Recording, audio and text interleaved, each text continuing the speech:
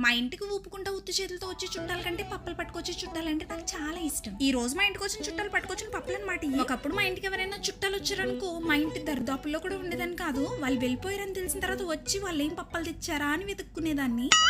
అంటే ఉంటాయి కదా ఉత్తర కౌమారం యవనారంభ దశ అని. ఈ దశలో మనకు కొంచెం సిగ్గు ఎక్కువగా ఉంటుంది కదా. ఇప్పుడైతే అస్సలు అలా కాదు. ఇంటికి వచ్చిన చుట్టాలకి వంట వండి పెట్టి మరీ పంపించేస్తా. ఇదేమో మా ఇంట్లోకి సున్నుండల కోసం చేస్తున్న ప్రిపరేషన్. నువ్వులుండా సున్నుండా ఖచ్చితంగా ఇంట్లో మెయింటైన్ చేస్తా. అదంతా పక్కన పెట్టేస్తే ఈ రోజు నేను ఉద్ధరించిన కార్యక్రమం ఏదైనా ఉందా అంటే అది ఇంట్లో వాళ్ళందరి కోసం కాకుండా కేవలం మన కోసం మనమే వంట చేసుకుంటున్నప్పుడు కొంచెం ఓవరాక్షన్ చేస్తాం కదా. అన్ని ఎక్కువ వేసేసి బాగా టేస్టీగా వచ్చేయాలని నాకు ఒక్కదానికే చేసుకుంటున్నప్పుడు జస్ట్ ఒక కొబ్బరి చెక్కతో వచ్చిన పాలు యాడ్ చేస్తే సరిపోతుంది కదా. కానీ పాలు స్ట్రాంగ్ గా యాడ్ చేస్తే టేస్టింగ్ గా అదిరిపోతుందని మొత్తం కొబ్బరికాయతో వచ్చిన పాలన్నీ యాడ్ చేసేసా.